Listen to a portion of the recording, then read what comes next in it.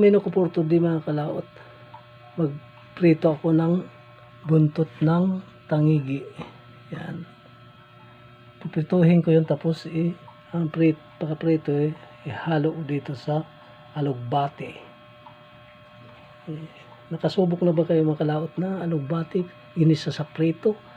Malasa po yan. Yan. Ricado ko. Luyas, kamatis, luya. Pampalasa. Oyster sauce. Mga kalaot. Prituhin ko na.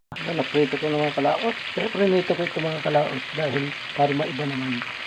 Pero mga kalaot, habang igiprito ako, nagigisa na rin ako. Yun naman. Bakit na maluto? Ito na nagisa.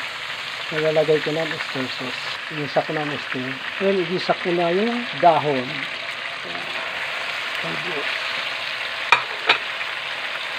Mga kalaot, ito na finished product ng ating alugbating ginisa sa prito. Yan. Sana nagustuhan nyo. Hanggang dito na lang. Like, share, follow. Thank you. Bye-bye.